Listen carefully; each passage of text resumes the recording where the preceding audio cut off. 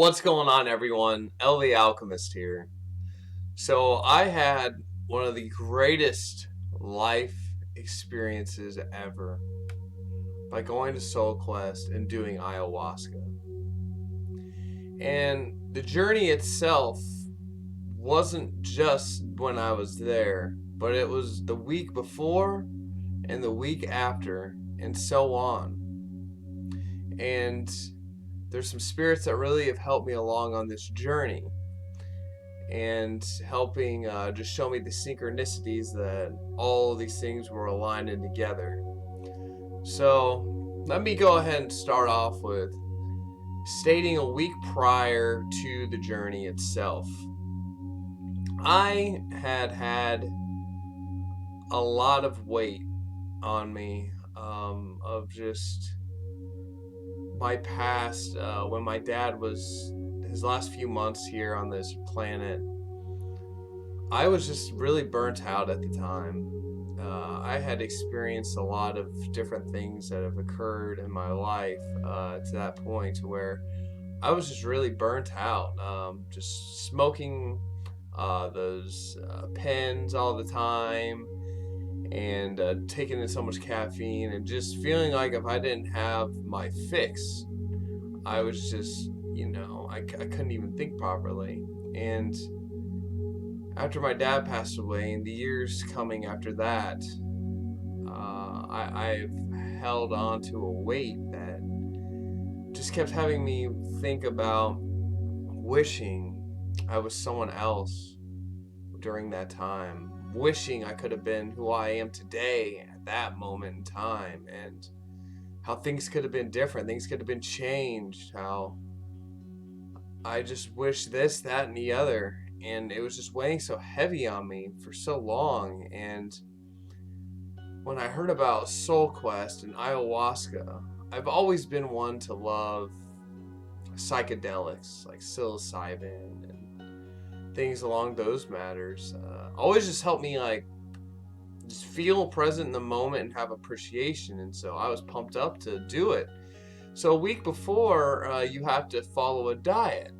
And part of that diet consists of no cannabis and no caffeine. And for me, that was huge, because I've just been so hardcore plugged into them.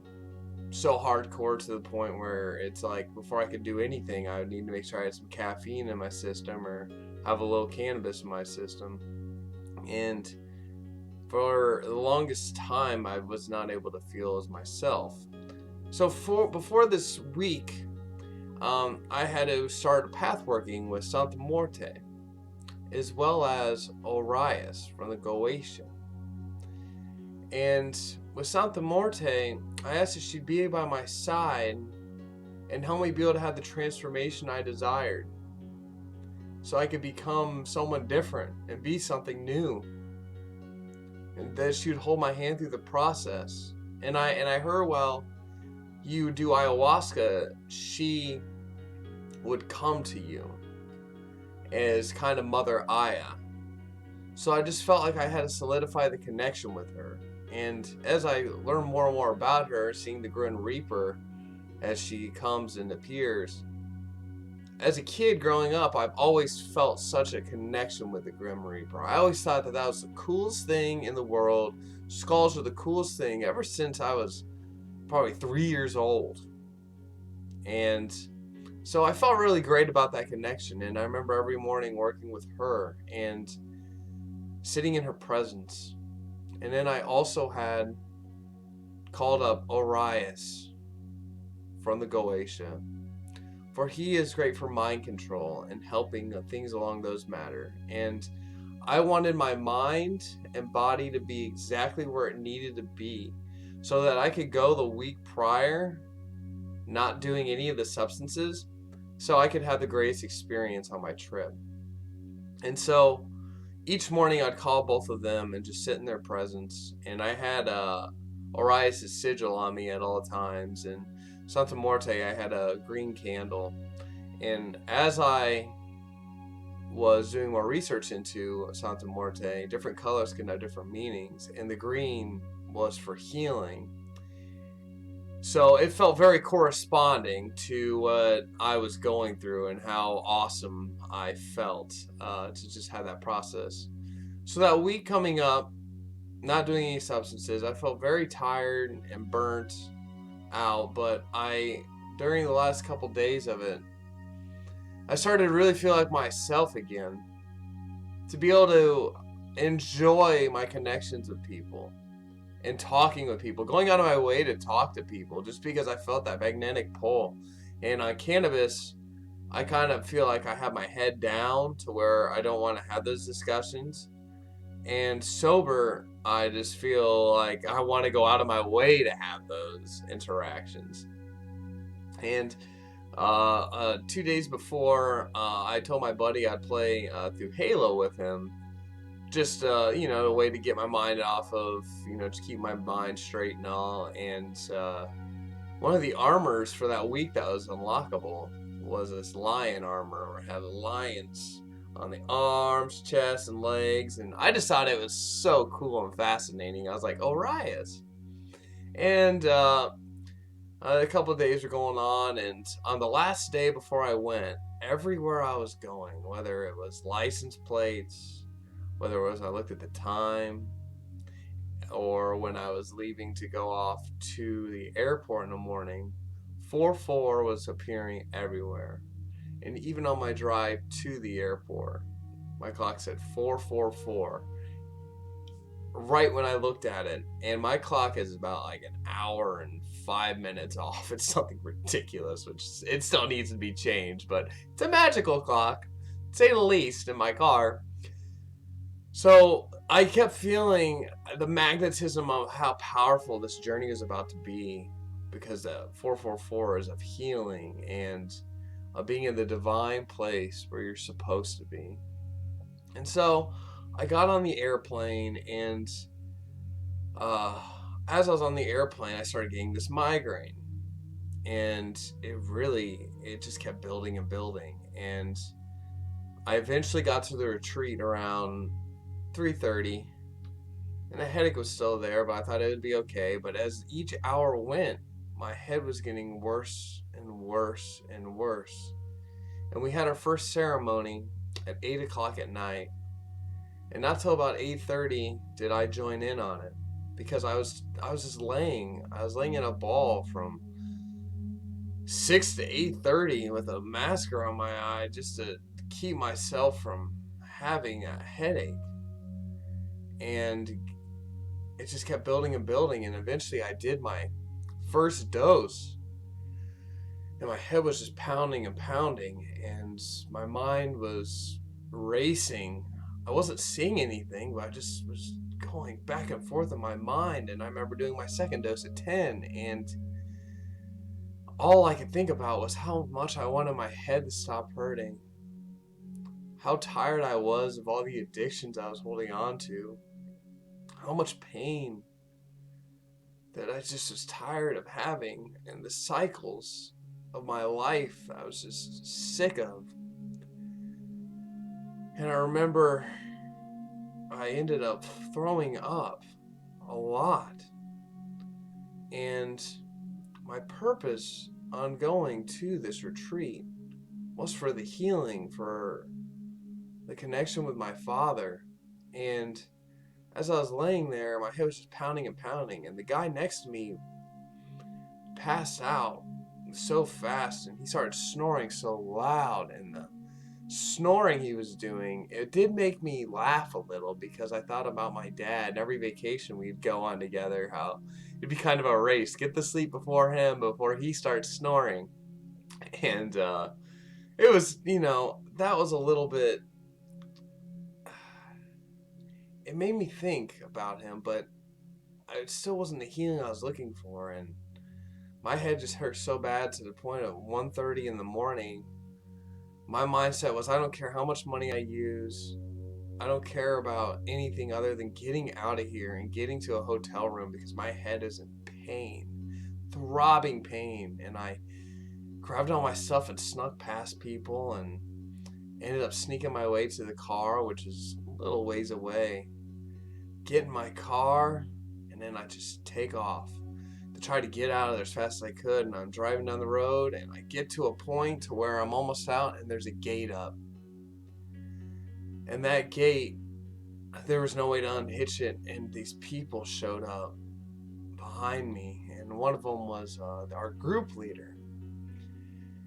And I, at this point, just didn't know what to say other than I'm sorry. I didn't want to cause an issue, and they were telling me, you need to be here till the morning to make sure you're all good and taken care of. And I just felt so bad because I put the whole place at risk for me doing that, for my pain, but it was so painful. And they just said, look, this is a part of your journey. It's okay. Like, don't get so stressed about it. You can go inside, and we'll get you a place that you can sleep, and in the morning you can head out. And so I ended up going in this house. I got my car moved back, and I slept there for about probably 5 to 6 hours until the morning hit, and it was about 8, and my headache was finally gone.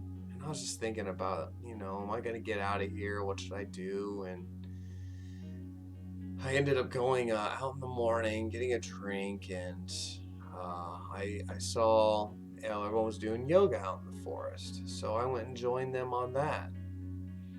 And right after that session, we were going to have our next ayahuasca ceremony. And so I was just thought to myself, I'm gonna do this, and if I don't feel well, then by the end of this night, I'll just leave. And so I grabbed my stuff, and we all sat in the forest. And what was really great was when I went to the airport the first time, during one of my connecting flights, I got to this one flight that I thought was the correct one, but it wasn't. And but as I got to the gate, I heard someone say the word ayahuasca, and it was a friend I met on the journey. And he said he was on his way there. It was his first time. And so as I was there, him and I were becoming greater and greater friends. And so during this ceremony, him and I sat next to each other, and it was so beautiful outside.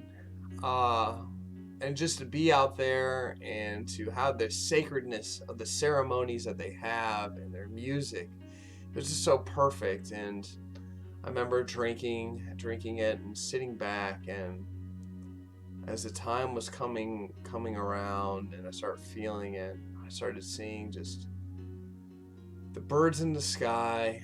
I saw a great eagle fly by, and I started hearing my dad's voice. And my dad showed up, and he was telling me, just as the gate had occurred last night, everything's a part of the journey.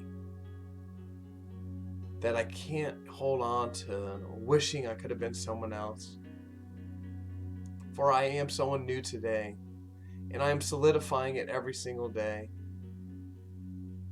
And that my dad is there by my side and loves me.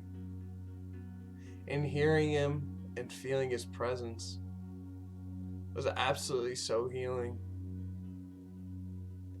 The pain itself just evaporated, and I was just so overjoyed. And everyone has different experiences on the journey, and you could hear people laughing, you could hear people going through their dark night of the soul right there, having to have that reflection. And it was so beautiful. And I remember putting on my sunglasses, and it was right in sync with my buddy I just met. And we both turned our head at the same second and looked at each other and said, damn. It was so magical and beautiful. And I just let myself go. And I started to sing one of my past lives. And I was just really able to see the synchronistic things of my past and why I am who I am today, and why I had certain fears in my past, such as snakes and such. And I'll make another video about past lives and everything.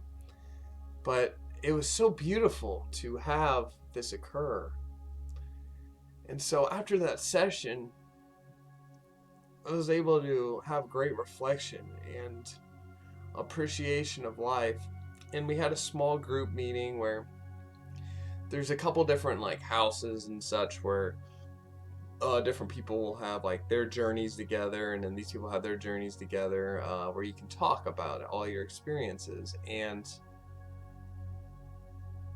when everyone was talking about all their experiences and everything, you could just hear it and feel the healing, and hearing some people's stories and how they ended up showing up there and how magical it was for them and how much healing there was for them, and people just getting snakes out of them spiritually, and how everyone's stories just seemed to coincide little by little, and how magical and divine it was. And I remember tearing up and crying hearing people's stories, and I hadn't been able to just let go like that in a long time. Just hearing people and feeling that love.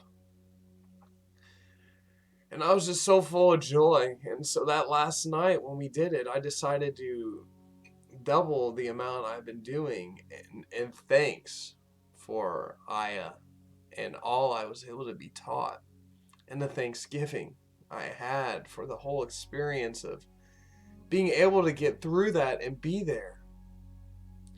And the third experience that night was so beautiful and magical. I really felt solidified in my being. And the room itself was just so beautiful. Seeing the people who were there helping. To just be there, to help out people. My heart just melts with love and appreciation for people just showing authentic love and care for everyone going through their process. And I got the right things down that came to me that were magical, that were able to just show me my next steps on my magical journey. And then I saw this great lion who was in the room. I saw that as Orias, him looking at me the whole time. And just I could feel everyone in their presence and kind of where they were at on their journey and experience. And I remember turning around and seeing this huge, kind of like what I have behind me back here. And that just arrived in the mail the day upon me returning home, which is hilarious. But this beautiful tapestry of like a face that was with like the spiritual overlay. It was like this perfect ayahuasca example of Mother Aya right there, and I just kept looking at it and crying and saying thank you and feeling so much gratitude and feeling my dad's presence come. And then I just started, it was like a fiesta. I was like able to soul travel to whatever spirit I felt pulled to, or whatever place I felt pulled to. And just how much appreciation and gratitude I had just sitting there in that moment. And I ended up getting about maybe like 45 minutes of sleep, if that. Because time itself was not present. I thought it was 7 in the morning, and it was only 3 in the morning when I finally looked at the clock. And it was just absolutely magnificent. Absolutely magnificent. And we all got to give our thanks in the morning, and we got to all say our goodbyes. I got to meet so many beautiful and wonderful people and have some of the greatest conversations. And I'll be having some of them on for my podcast, for their stories are absolutely magical and inspiring. And in the morning, after we all said our goodbyes, my friend who I met on the journey, he ended up needing a ride to a Marriott hotel next to this airport, and I was going to go pick up my best friend because my best friend was coming in town, and he's flying in right when the retreat was ending. So it was like perfect timing with everything. And so I ended up going, and on my way driving there, I actually was interviewed by my buddy about my experience, and I'll be linking that once he has that edited up. just about all the experience and everything all together. And I got to say goodbye to him, and I went to pick up my buddy at the airport. And as I picked him up, I just had such an amazing time being able to talk to him about everything. And even right now, I'm getting teary because thinking about the magical experience, it's not something I can just concoct. Ayahuasca is not just something you can just say, yeah, it's some psychedelic drug and that's all it is. No, because it's magical before and after. And we had to go to the store before we would go to the hotel room because we only had enough time for, we had a couple hours to blow basically. And as we get to this place, I see this huge raven fly by, and go up, and I'm like, that's a watcher. And it felt like one of the watchers because they'd come in threes. And I was like, there he is with one. And my buddy looks over, and then we're getting a picture, and all of a sudden 2 more fly next to him. And I was like, no way, this is pure magical. And then we figured, we should get some food. And there's a couple of restaurants around, and we just said, let's just go to that Mexican restaurant. That sounds awesome. And we walk in there, and little did I know, it was a restaurant that had Santa Muerte everywhere. Everywhere. And I'm getting chills thinking about it. And we get our table and we sit down, and I look to my right, and there's a sign right next to the window, literally right next to it. It has a lion's head right there looking at me. So there to my right, I have a lion's head, and right there to my left, there is Santa Muerte right there. And the synchronicity at that point was just beyond magical. Beyond magical. I couldn't believe that the solidification of how real the path workings were right there in front of my eyes.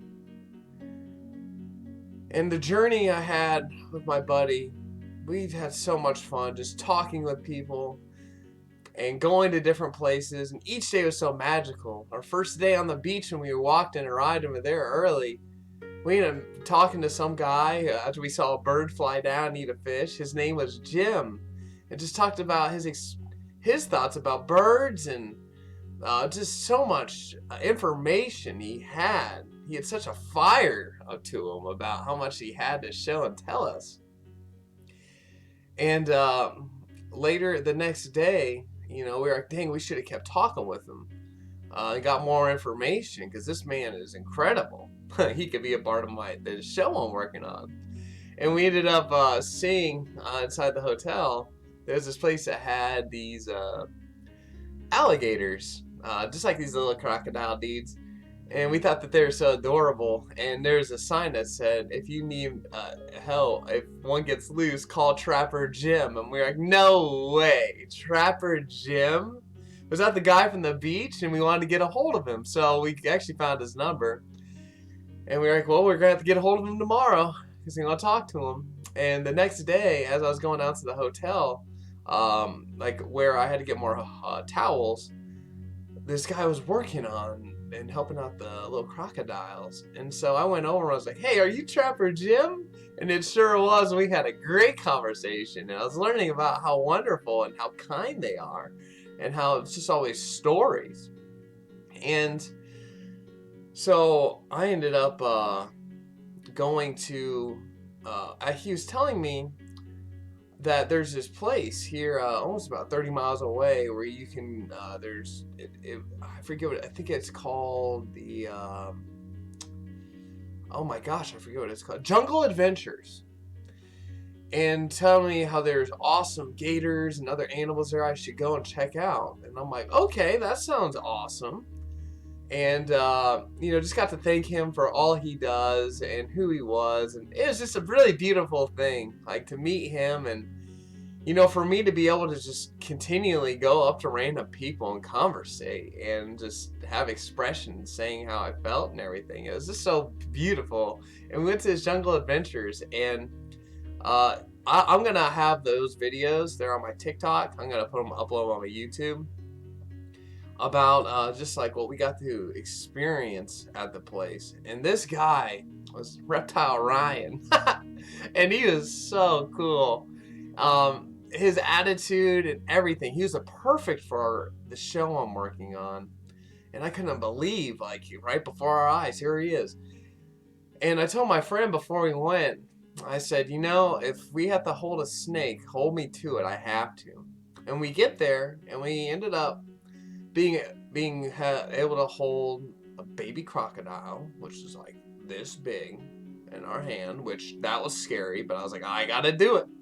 And then he pulls out a snake, and I said I'd touch it, but then I realized I had to hold it. And so I ended up holding it too.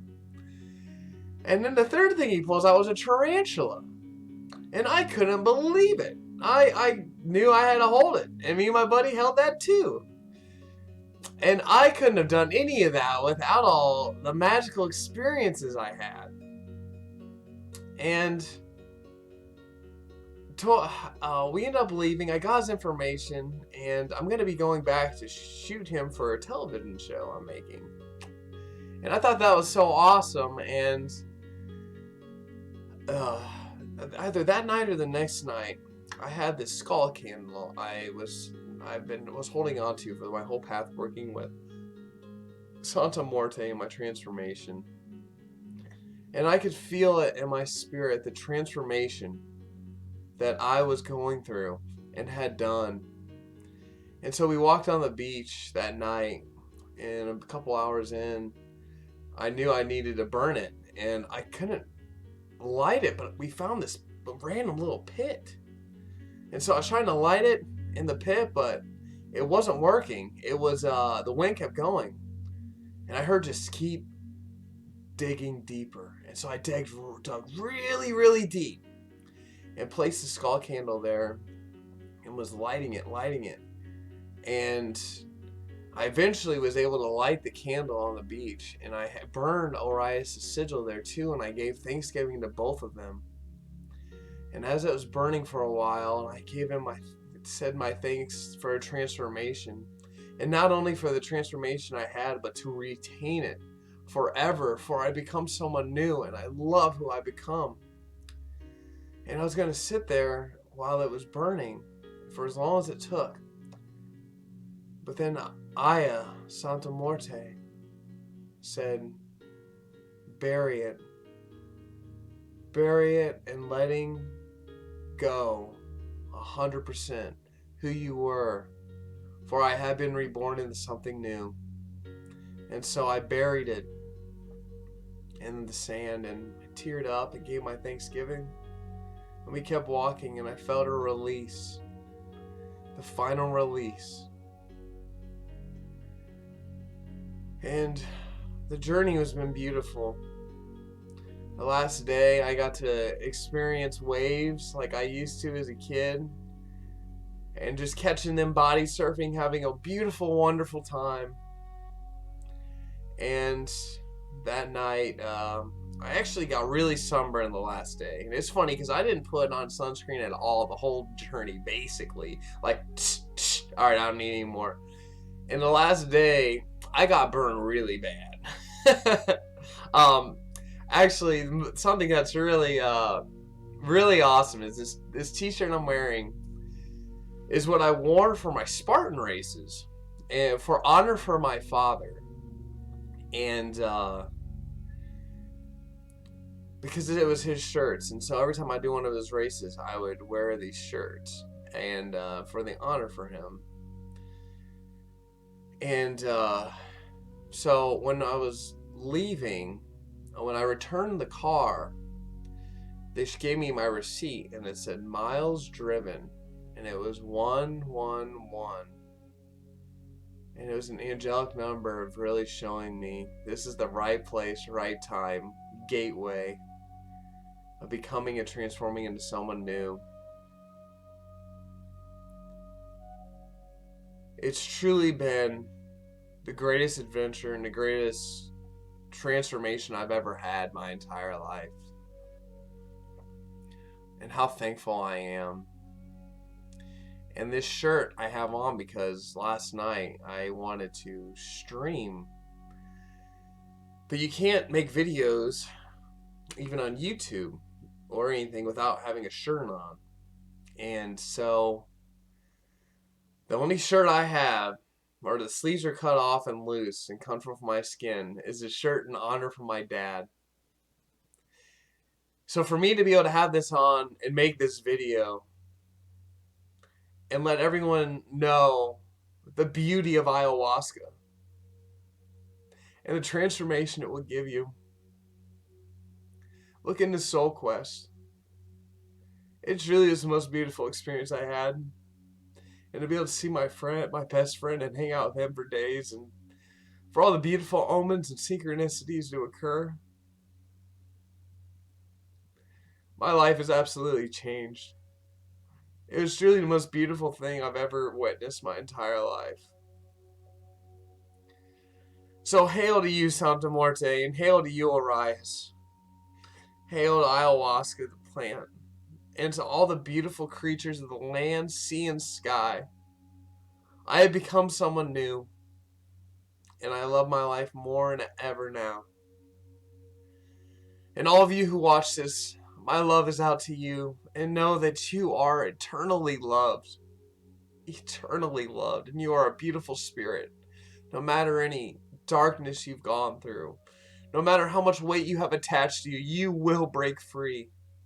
Whether it's with a drug or not, you are an incredible person. And it's not even a drug, it's a medicine. And it's a medicine for the people. It's a medicine for you to look at your shadow and understand it, be able to integrate it, and let it go. My love is out there for everyone.